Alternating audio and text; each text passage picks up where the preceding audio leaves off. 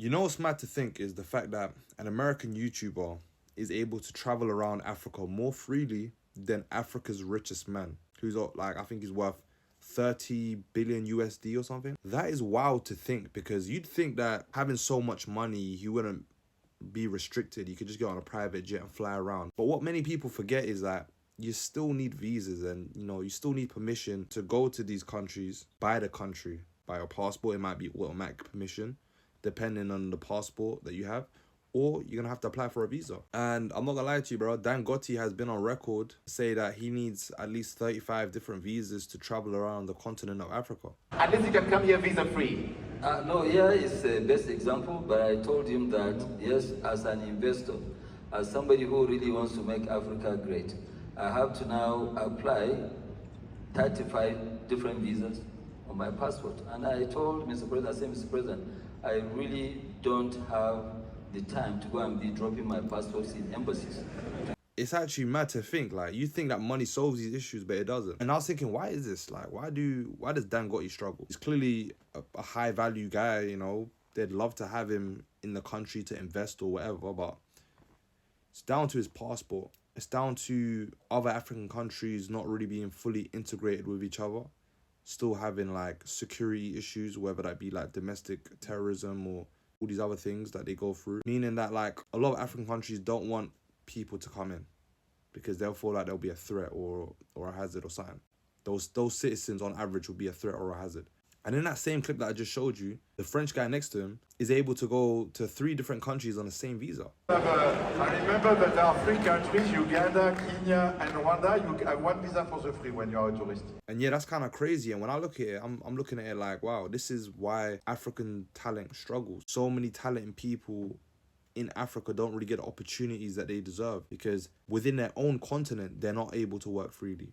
People have to go to America and US and compete against hundreds of thousands of different people who might not even be as qualified as them, but they might get access to it because they got a better passport. They'll say education, but really and truly, you give everyone the same test, I promise you, you're going to have people in Africa that outperform people in Asia, that outperform people in Europe, and vice versa, Asians will outperform certain Europeans and Africans.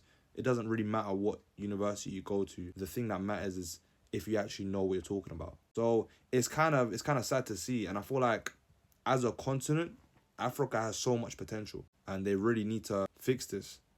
The thing is though, getting everybody on the same page is the issue. We have like over 50 countries in Africa. So much tribalism, war, foreign interference. It's a bit of a mad thing, I'm not gonna lie to you. Seeing Speed's stream was good. Again, I'm not trying to knock Speed. Speed did good. He showed the good parts of Africa. But for all of us Africans, I feel like we understand the reality of Africa. We understand that our countries are beautiful, they look nice, but we are plagued with certain problems, whether that be like internal politics or, foreign geopolitics. This is what's hindering us.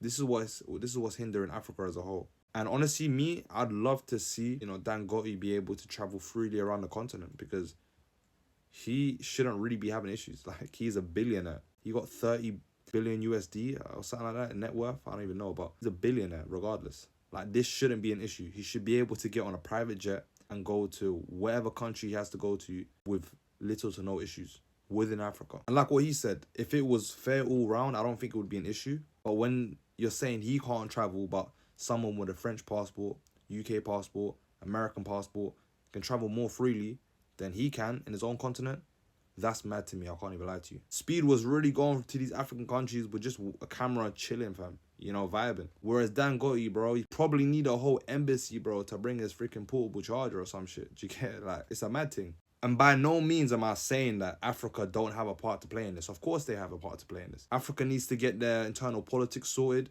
get rid of as much corruption as possible, and cohesively move. To still do business with all these other countries, but, let's not limit African talent within the continent.